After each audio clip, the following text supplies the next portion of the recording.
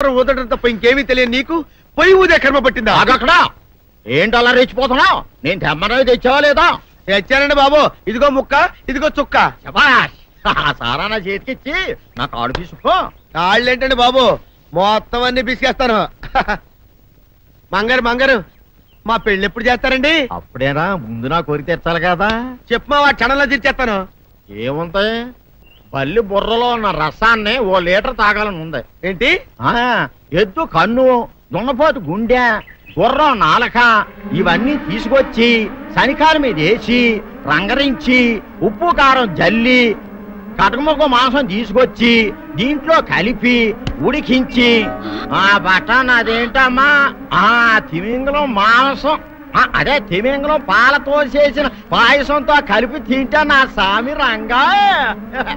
బాబు గారు అయ్యా, ఇదేం బాలేదయ్యా.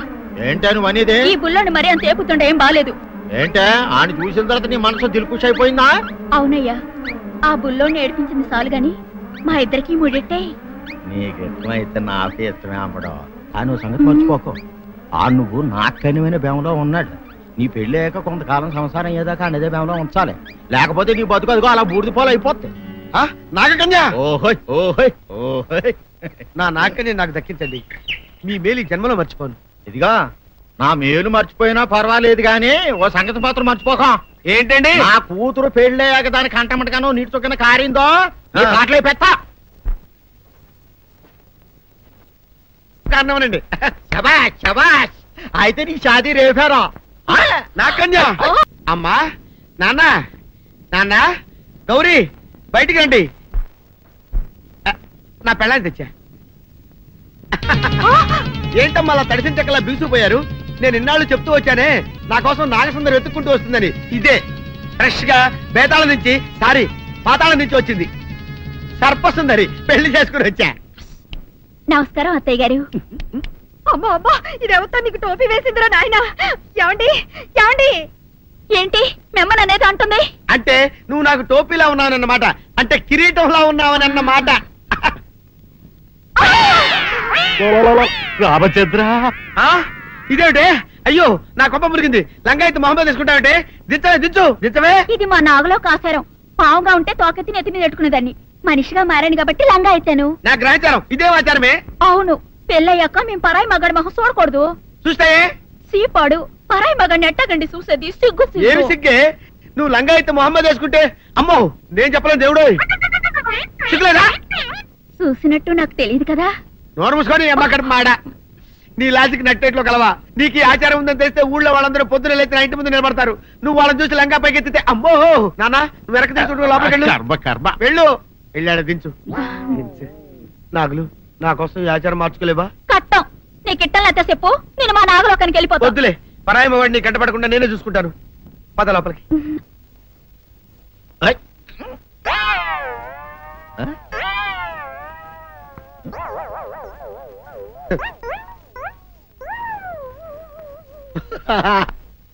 అల్లుడు గారు, ఇదేంటండి ఎవరో చచ్చిపోయినట్టు దిగాలుగా కూర్చున్నారేంటండి? మావా అల్లుడు అల్లుడు, నా బేటీకి ఏమీ కాల. 300 కప్పలు తిన్న పావులాగా నిగడ తీసుకొని పడుకొని ఉంది. చూపిస్తా పద. చూడు.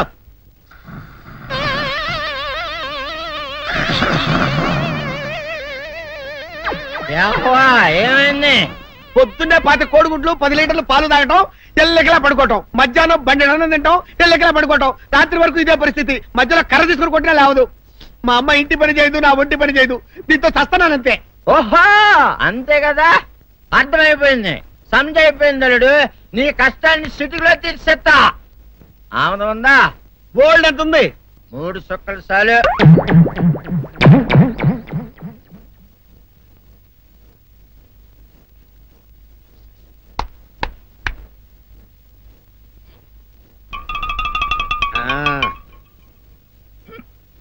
అల్లుడు చెప్పు, ఇప్పుడు ఏం పని చేయాలి? ఉదయం లేవగానే ఇల్లు వాకిలి చిమ్మి రంగవల్లులు దిద్దటం, ఇంట్లో వాళ్ళ బట్టలన్నీ ఉతకటం, వంట వార్పు చేయడం. అంతేనా? అంతే మామ, నీ మీసమదొట్టు. వెంకట సుబ్బమ్మ ఉఠో. నీ కాలు అందరి మీద బయట కట్టా బయటికి దాలో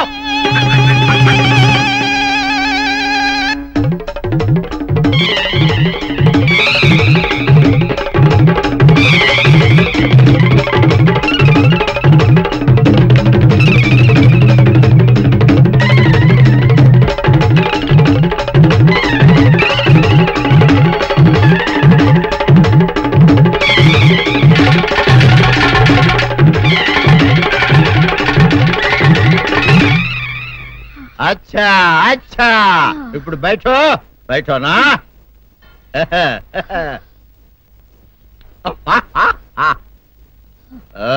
అల్లుడు ఇప్పుడు అందరికి సంతోషమే కదా సంతోషమే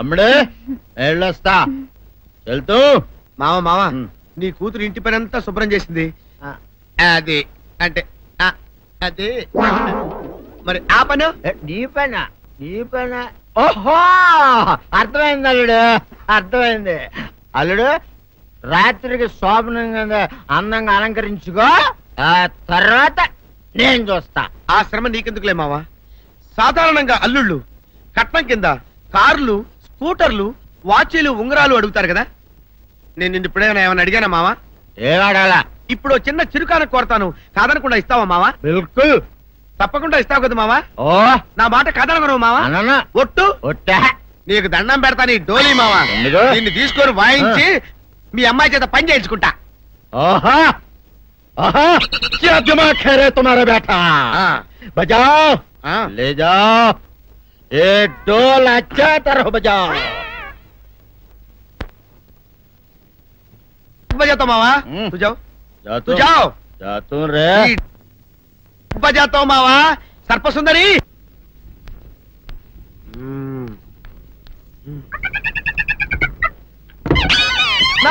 ఏంటి నన్ను కదిలేటి తాళేసావు? ఏం చేయమంటావు? నువ్వు ఇంట్లో నుంచి బయటకు వచ్చావు అనుకో ఎవరో పరాయి పురుషులు కనపడతారు, వాడిని చూసి నువ్వు రెచ్చిపోయి లంగా మొహాన్ని వేసుకుంటావు, అందుకే వేశా.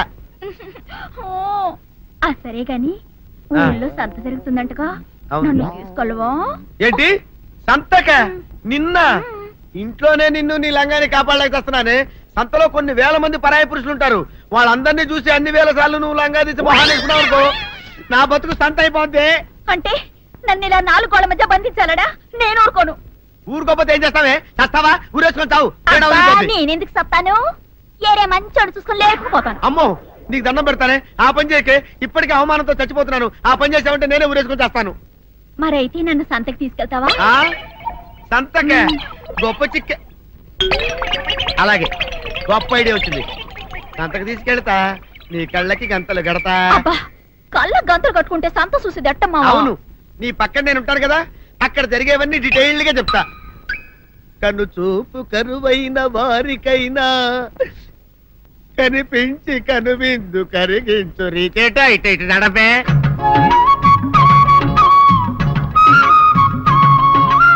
ఏంటండి మీ ఆవిడ హళ్ళకి హొత్తహచ్చారు? ఏం చేయమంటావు నాయన? సంతలో ఇంతమందికి కళ్ళకి గంతలు కట్టలేను కదా. అసలు హొద్దెన్ను హట్టాలండి. ఇప్పుడు చెబితే దడుచుకొని చేస్తావు గాని తీరికి దొరికినప్పుడు ఇంటికి రా, డీటెయిల్డ్ గా చెప్తా. వంతలుగా హమ్మంతాలా ఇక హోల్ తెచ్చుకోమంటాలా? ఓర నీ అబ్బ.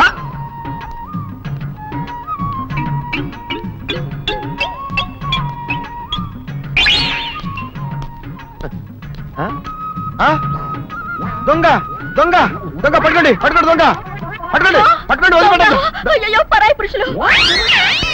పట్టుకోండి పట్టుకోండి దొంగ దొంగ విధవా. దొంగ దొంగ నన్ను పట్టుకోవడం కదా, అక్కడ చూడు సూపర్ సీన్. తిరిగితే పారిపోదాం అనుకుంటున్నావా? ఏం జరుగుతుంది అక్కడ?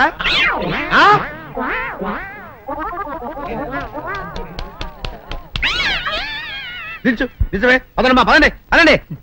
నీతో లాభం లేదే, నీకున్న లంగాలు చీరలని తగలబెట్టించేసి నీ చేత జీన్ ప్యాంట్ వేస్తే కానీ నాకు మనశ్శాంతి ఉండదు. అదా అదా అదా అదవే. బాబు గారు ఏంటే చెల్లెలి పెళ్లి శుభలేక? అవునండి, ఆగమేఘాల మీద అచ్చొత్తిచ్చానండి లగ్న పత్రికలు. తమరు దగ్గరుండి జరిపించాలి పెళ్లి. శుభం, తప్పకుండా జరిపిస్తా. ఇది అన్నట్టు పెళ్లి పనులకి ఎవరైనా మనుషులు తక్కువైతే చెప్పు, నా కొడుకు బుల్లిరాజు గారిని పంపిస్తా. చింతకాయం కాదు, మా ఇంటి నిండా బోల్డ్ మంది పనోళ్ళు పాలేర్లు.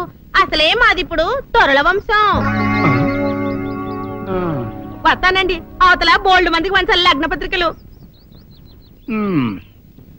సెంతకాయలు అమ్ముకునేదానికి సిరిమాలత్యం పడితే సెంతకాయని చూసి సి వంకర టెంకరగా ఉంది, ఇదేం కాయా అని అడిగిందంట. అట్టుంది దీని కథ. డాడీ ఏంట్రా ఇది విషయం, ఇది కిరసనాయలు, ఇది తాడు. అర్జెంట్ గా చచ్చిపోవాలంటే ఈ మూడిట్లో ఏది బెటర్ చెప్పు డాడీ.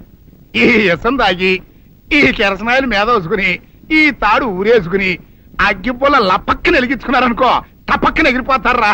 అవును, ఎంతకీ ఈ ఏర్పాట్లన్నీ ఎవరి సాగు కోసమో? నేనే ఆత్మహత్య చేసుకుందాం అనుకుంటున్నాను. నా బావి పేసినంట, నువ్వు బతికొండంగానే నీ ముఖం పగలు చూస్తే రేత్రి కల్లోకి వస్తుంది. అట్టానికి నువ్వు సచ్చి దెయ్యమయ్యావనుకో దెయ్యాలు కూడా బెదిరి సస్తాయి. నువ్వు సచ్చకరా చచ్చుతా సచ్చకరా. నేను చచ్చుతా. అయినా అంత అర్జెంట్ గా సత్తాల్సిన కర్మ నీకేంట్రా ఇప్పుడు? ఎందుక నేను పిల్లని లవ్ చేశా. ఆ పిల్లను నేను పెళ్లి చేసుకుంటానంటే నువ్వు నో అంటావు. నేను నీ మాట వినను అంటే ఆ ఆస్తి కవర్ ఎవరికైనా ఇచ్చేస్తాను అంటావు. నువ్వు ఇచ్చేసే ఆస్తి కవర్ కంటే నేను ఇచ్చేసిన మనసే నాకు ముఖ్యం. అందుకే నేను చచ్చుతా.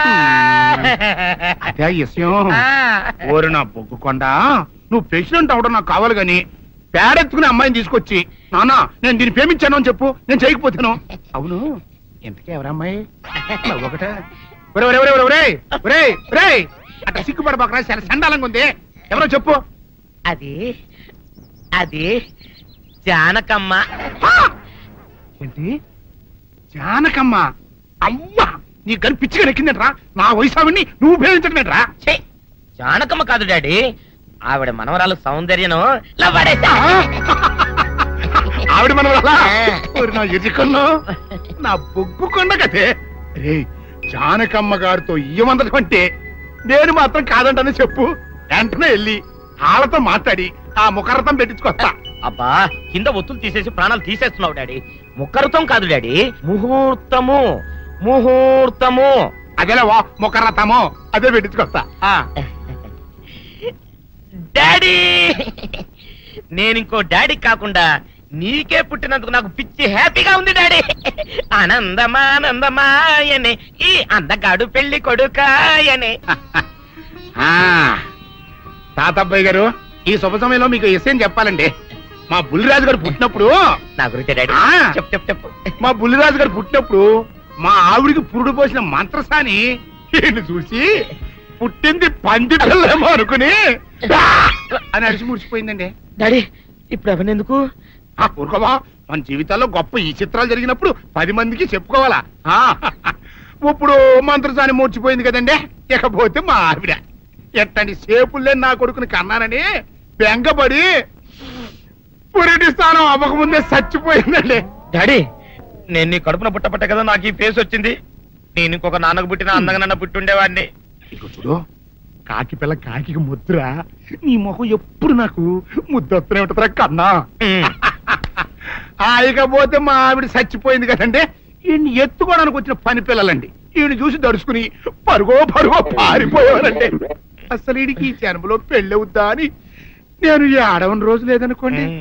అట్లాంటిది మా బుల్లిరాజు గారికి మీ అమ్మాయితో పెళ్లి కుదరటం నిజంగా మా అదృష్టం కదండి. ఎంత మాట్లాడు, మీలాంటి వారితో వీయమంతరం మా అదృష్టం.